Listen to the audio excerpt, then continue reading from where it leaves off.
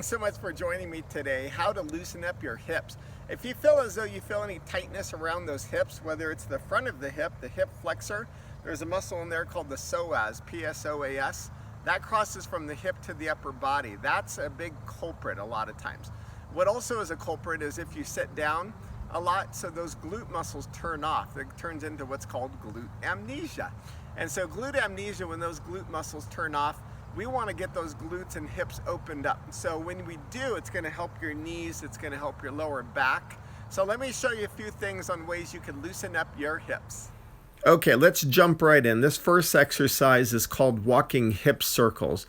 If you have anywhere that you can have a little bit of distance just to create a little bit of movement, you're going to just walk and just motion up and then rotate around, and then I'm just going to reverse it. Now I'm going out to in. Great on being able to warm up the hips for some of the movements you do that you will be doing today. Maybe just take notes on the first one if you don't have a chance. But this next one are called leg swings. Leg swings are good on the leg that you're standing on. So the leg I'm standing on is the one that's getting that motion. And that's creating that mobility. If you see my hip kind of rotate and motion just a little bit through it. And most of my clients, even with knee, hip, lower back issues, they could usually do this one. It's a great exercise of just getting some nice, good movement there for the hips. This exercise, they're called hip mobility. This one is called fire hydrants. So think of a dog at a fire hydrant. You want to do about 15 reps. You notice I'm not moving my back. I'm motioning from the hip without moving the back. Then think of swinging the leg back and around without letting it rotate from the back, kind of like you're getting up onto a horse. Think of the leg swinging back, you're extending through the hip and then motioning back around. Again, about 15 repetitions for this one. Great exercise to throw in with any of your workouts as well. And there I'm not moving my back. You notice it's coming from the hip. So it's creating a good disassociation from the lower to the upper body. And when you have that, that's allowing that hip to contract. We're creating hip extension, not lumbar extension. If your hip can't motion and move correctly and properly, it's going to go to the lower back, unfortunately. So we want to keep those hips moving and keep them mobile. Okay, this one, if you have a band or even a long towel, you lie down. What I'm doing with the top leg is I'm trying to bring it forward just a little bit. In that motion, that's going to contract more of the glute medius. I had one of my clients do this one as well as this little sequence here using the band, and that just made all the difference for him to be able to open up.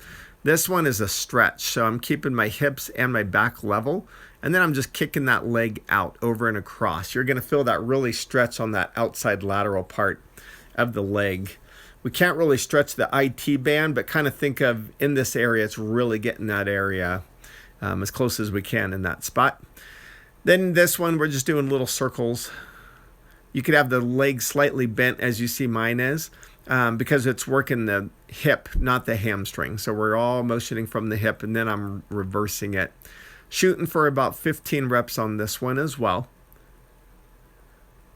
And you could mix them in. You could do 1, 2, or 3 sets. Just things to be able to help to keep yourself healthy. It's going to make a big difference in those areas. Then here I switch legs, doing the same thing. You notice I don't point my toe up. I'm trying to get that toe pointed straight forward.